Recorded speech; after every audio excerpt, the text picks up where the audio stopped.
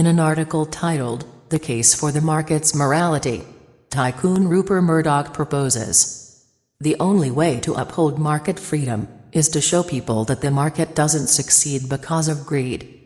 The truth is just the opposite. The market succeeds because it gives people incentives to put their own wants and needs aside to address the wants and needs of others. To succeed, you have to produce something that other people are willing to pay for." Now here's a taste of what the article was written to refute. I'm getting troubled by business schools not teaching enough about making money. The DNA of a business is to make money for its shareholders, not teach everybody that's going to go work there about how to be a really nice person all the time. I want managers to go out and pour boiling oil on their competitors and make me more money. What happened to that? And also the obligation to your shareholder. You bring up an interesting point. When a company gives to a charity, aren't they stealing my money from me if I'm a shareholder? Why shouldn't I be the person that decides who gets the charitable donation?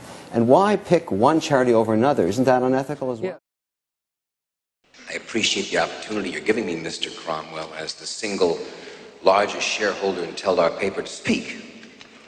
In the days of the free market, there was accountability to the stockholder.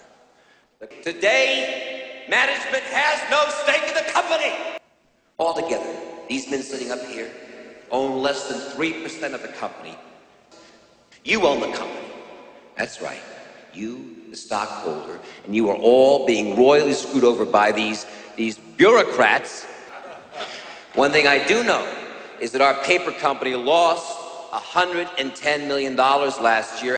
In the last 7 deals that I've been involved with, there were 2.5 million stockholders who have made a pre-tax profit of $12 billion. The point is, ladies and gentlemen, that greed, for lack of a better word, is good. Greed is right. Greed works. Greed clarifies, cuts through, and captures the essence of the evolutionary spirit. Greed in all of its forms. Greed for life, for money, for love, knowledge, has marked the upward surge of mankind.